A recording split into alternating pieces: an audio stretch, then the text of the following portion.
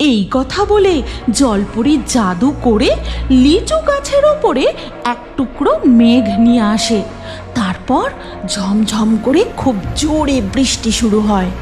এই রে, এই বৃষ্টিতে যে আমার ডানা ভিজে গেল, এবার যে আমি উড়তেও পারবো না। স্বর্ণজলপরি, এই নাও, এই দুটি ফলের বীজ তুমি তোমার সঙ্গে নিয়ে যাও। তোমাদের জলরাজ্যের কাছাকাছি নদীর পাড়ে কোনো স্থলভূমিতে এই বীজ পুঁতে দিও। তা থেকেই তৈরি হবে জাদুর লিচু ও জাদুর আম গাছ। কিন্তু আমার দেওয়া শর্তটি ভুলে যেও না যেন। ঠিক আছে প্রকৃতি দেবী, আপনার কথা মতো আমি তাই করব। এবার তবে আমি আসি। এই কথা বলে স্বর্ণজলপরি জলে ডুব দিয়ে এগিয়ে যেতে থাকে। তারপর তাদের নীল জলরাজ্যের কাছাকাছি এক নদীর পাড়ে জল থেকে মাথা তোলে।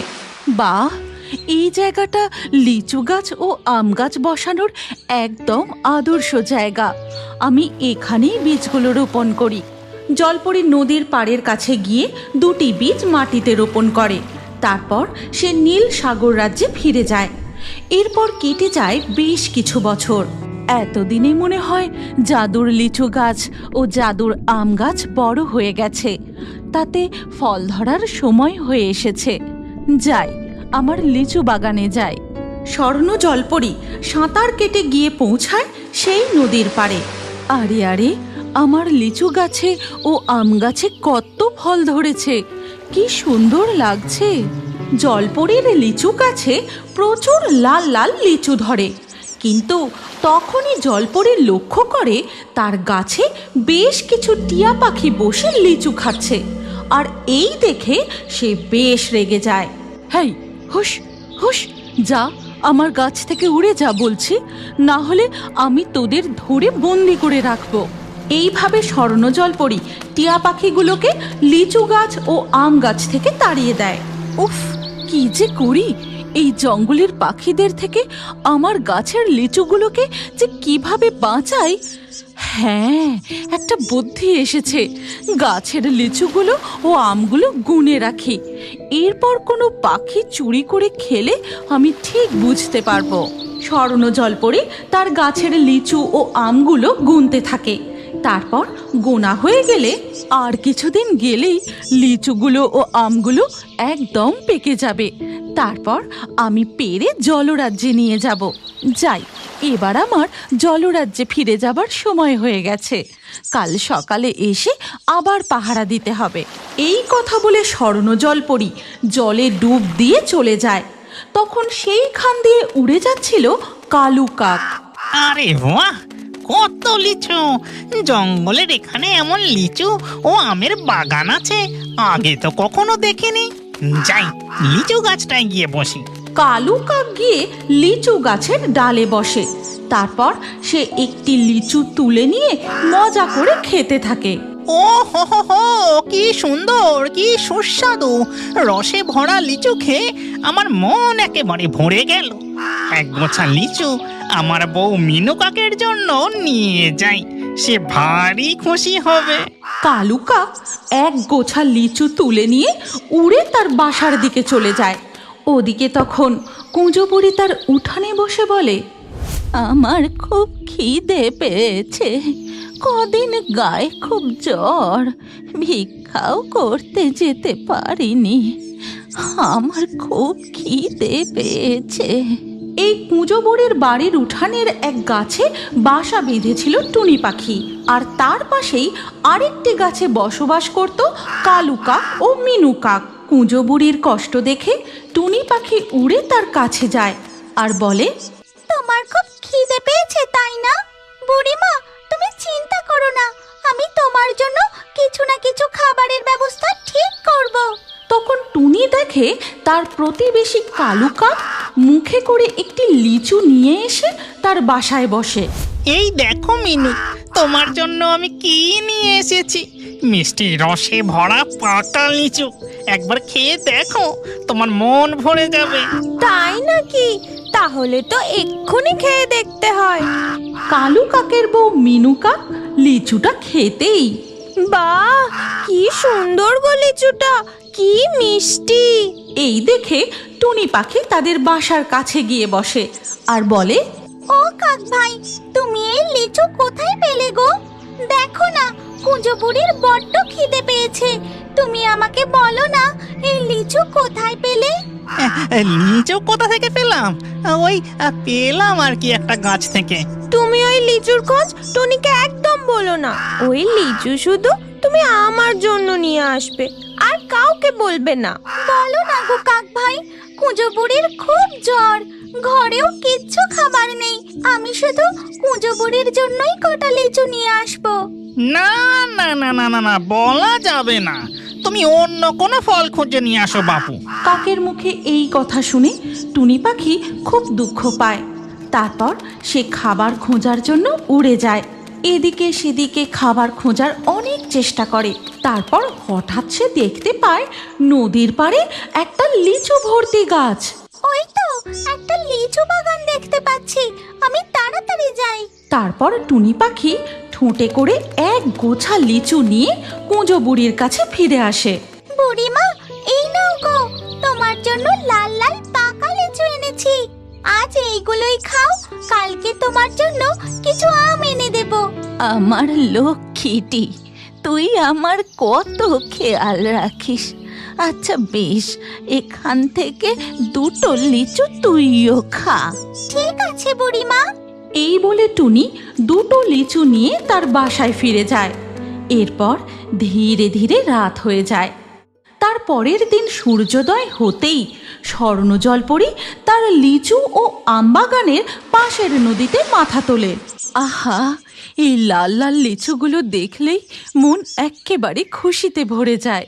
না, এবার আমি তাড়াতাড়ি লিচুগুলো গুনে দেখি। এই কথা বলে স্বর্ণজলপরি তার গাছের লিচুগুলো গুনতে থাকে। আর গোনা শেষ হতেই, এ কি, গাছে যে দেখছি দু গোছা লিচু কম। নিশ্চয়ই কোনো পাখি চুরি করে খেয়েছে। আজ আমি সারা দিন পাহারা দেব, দেখি কোন পাখি লিচু চুরি করতে আসে। ওদিকে তখন টুনি পাখি বাসা থেকে কুঁজো বুড়িকে বলে, শোনো গো বুড়িমা, আজ আমি তোমার জন্য পাকা পাকা আম নিয়ে আসবো, ঠিক আছে? এবার আমি আসছি। এই কথা বলে টুনি পাখি উড়ে যায়। আর তাই দেখে কালু কাকের বউ মিনু কাক বলে, কই গো, ওই টুনি পাখি নাকি বুড়ির জন্য পাকা আম নিয়ে আসবে? ও ওই লিচু বাগান আর আম বাগানের সন্ধান পেয়ে যায়নি তো? তুমি এক্ষুনি ওর পিছু পিছু গিয়ে দেখো। আর শোনো না, ফেরার সময় আমার জন্য আজ এক গোছা লিচু নিয়ে এসো, কেমন? ঠিক আছে, তাই নিয়ে আসবো। আমি এখন গিয়ে দেখি ওই টুনি লিচুর সন্ধান পেয়ে গেল কিনা। এই বলে কালু কাকও সেখান থেকে উড়ে যায়।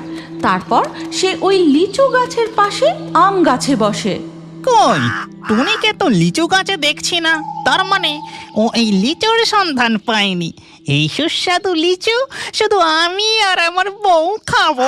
তারপর কালু কাক উড়ে লিচু গাছের ডালে বসে। সে দেখতেও পায় না যে স্বর্ণজলপরি নদীতে পাহারা দিচ্ছে। এরপর সে একটি লিচু তুলে নিয়ে খেতে শুরু করে। আহা, কি মিষ্টি লিচু! যেন মনে হয় সব সময় এই লিচুই খেয়ে যাই। এ কি, আমার গাছে যে একটা কাক বসে লিচু খাচ্ছে। হেই, হুশ হুশ, যা, আমার গাছ থেকে উড়ে যা বলছি। ও বাবা, এ যে দেখছি এক জলপরি। তুমি জলে থেকে আমাকে এই লিচু গাছ থেকে তাড়াতে পারবে না। তোমার এই লিচু খুব সুস্বাদু, আমি খাবো আর আমার বউয়ের জন্যও নিয়ে যাব। কাক, তোর এত বড় সাহস, আমার গাছের লিচু খাবি, আবার বউয়ের জন্যও নিয়ে যাবি? দাঁড়া, মজা দেখাচ্ছি। এই কথা বলে জলপরি জাদু করে লিচু গাছের ওপরে এক টুকরো মেঘ নিয়ে আসে। তারপর ঝমঝম করে খুব জোরে বৃষ্টি শুরু হয়। এই রে, এই বৃষ্টিতে যে আমার ডানা ভিজে গেল। এবার যে আমি উড়তেও পারবো না। বাঁচাও, বাঁচাও! দুষ্টু কাক, তুই আর পালাতে পারবি না। এবার তুই লিচু চুরির শাস্তি পাবি। ওই সময় পাশের আম গাছে টুনি পাখি তার ঠোঁটে একটা আম নিয়ে বসেছিল।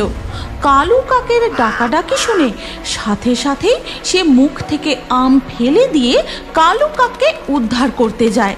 তারপর কোনো রকমে তাকে সঙ্গে নিয়ে টুনি সেখান থেকে উড়ে পালিয়ে যায়। তারপর ফিরে গিয়ে কালু কাক তার বাসায় বসে, আর টুনি পাখি কুঁজো বুড়ির কাছে গিয়ে বলে, বুড়িমা, আজ আমি তোমার জন্য একটাও আম আনতে পারলাম না। আর ওদিকে কালু কাক তার বউ মিনু কাককে সমস্ত ঘটনা খুলে বলে। আর সব কিছু শুনে মিনু কাক উড়ে টুনির কাছে যায়। আমার ভুল হয়ে গেছে টুনি পাখি, আমি তোমাকে হিংসে করতাম, কিন্তু তুমি আজ তোমার মুখের ফল ফেলে দিয়ে আমার স্বামীর জীবন বাঁচিয়েছো। আমাকে ক্ষমা করে দাও টুনি পাখি। বিপদের সময় আমাদের একে অপরের পাশে থাকাই প্রধান কর্তব্য। আমি তো তাই করেছি মিনু কাক। তোরা ওই দিকটায় তাকিয়ে দেখ, কালকে আমি লিচু খেয়ে যে দানা ফেলেছিলাম তা থেকে রাতারাতি লিচু গাছ বড় হয়ে গোছা গোছা পাকা লিচু ধরেছে। আজ থেকে তোদের আর আমার খাবারের কোনো অভাব হবে না। এরপর থেকে টুনি পাখি, কাক দম্পতি ও কুঁজো বুড়ি একসাথে মিলেমিশে বেশ আনন্দেই থাকতে শুরু করে। আজকের লাকি ড্রয়ে নির্বাচিত সেরা কমেন্ট ও দর্শকদের নামগুলি হলো সমীক্ষা, পিয়াসী, সোনিয়া, মায়া, সম্রাট, পূজা, লামিয়া, রাজদীপ, পারভিন, মুন্নি, অষ্টমী, পাখি, মহিদা, সিয়াম, স্মৃতি। আপনারও নাম ও সবথেকে সেরা কমেন্টগুলি পরবর্তী ভিডিওতে থাকতে পারে, তাই আমাদের চ্যানেল জলপুরি কার্টুন এক্ষুনি সাবস্ক্রাইব করে নিন আর স্ক্রিনের উপরে আসা এই ভিডিওতে ক্লিক করে পরবর্তী ভিডিওটি দেখুন। আপনার নামটাও পরবর্তী ভিডিওতে কমেন্টে জানান। কি ভাবছেন? ভিডিওটি ক্লিক করে তাড়াতাড়ি দেখুন।